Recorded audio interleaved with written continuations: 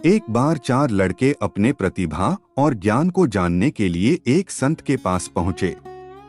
संत के वहां पहुंचने के बाद उन्होंने अपने दिल की बात संत को बताई। तब संत ने कहा, इससे पहले कि मैं आपको ज्ञान और प्रतिभा के बारे में कुछ बताऊं, आप मेरा एक छोटा सा काम करके लाओ।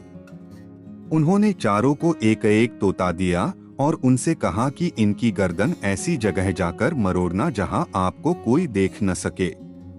पहला लड़का दोपहर में एक सुनसान रास्ते में गया। उस समय लोग अपने घरों में सो रहे थे, तो उसको मौका मिल गया और तोता की गर्दन मरोड़कर उसे लाकर संत के सामने रख दिया। दूसरे लड़का चुपचाप एक गली में गया जहां से लोग कम गुजरते थे, तो उसने तोता की गर्दन पकड़ी और मरोड़ दी, फिर उसे संत के पास ले आया। तीसरे लड़के ने सोचा कि मुझे अभी कोई भी देख सकता है, क्योंकि मैं अगर यहाँ आ सकता हूँ तो कोई और भी आ सकता है। तो उसने रात तक इंतजार करने की सोची। फिर रात होते ही गर्दन मरोड़कर तोता को संत के सामने रख दिया। परंतु एक हफ्ता हो गया, वह चौथा लड़का अभी तक नहीं आया था, तो संत ने उन तीनों को उसे खोजने के लिए भेजा। वे तीनों उसे ढूंढ के ले आए, तो संत ने उससे एक हफ्ते तक गायब होने का कारण पूछा। तब वह लड़का बोला, मैंने दिन के बजाय इसकी गर्दन रात को मरोड़ने की सोची, पर रात को चांद तारे देख रहे थे। फिर मैं अंधेरी कोठरी में गया और जैसे ही गर्दन पर हाथ रखा तो देखा कि तोता देख रहा है।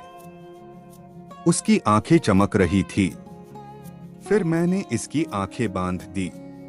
जब वह तोते की गर्दन मरोड़ने वाला था, उसे संत का ख्याल आया कि संत ने कहा था, जहाँ कोई न देख रहा हो, पर यहाँ तो मैं खुद ये देख रहा हूँ। वह मुश्किल में था, इसलिए उसने बड़े विनम्रता से तोता संत को लौटा दिया और कहा कि मैं ये नहीं कर सकता, क्योंकि मैं चाहे कितने ही अंधेरे में चला जाऊं कि कोई मुझे न देखे, पर मैं तो ये देख रहा हूँगा।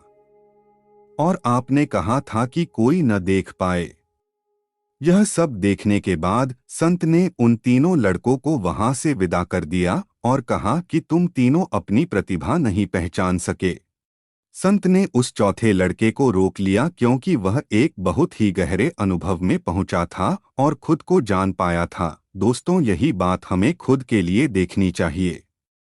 जैसे कस्तूरी मृग खुद के अंदर से निकलने वाली गंध को ढूंढने के लिए पूरे जंगल में घूमता रहता है, ठीक उसी तरह हम अपनी प्रतिभा, अपने हुनर को ढूंढने के लिए इधर-उधर भटकते रहते हैं। जबकि हमें क्या पसंद है, हमारा मजबूत पक्ष क्या है, इस चीज को हम खुद के अंदर नहीं तलाशते हैं।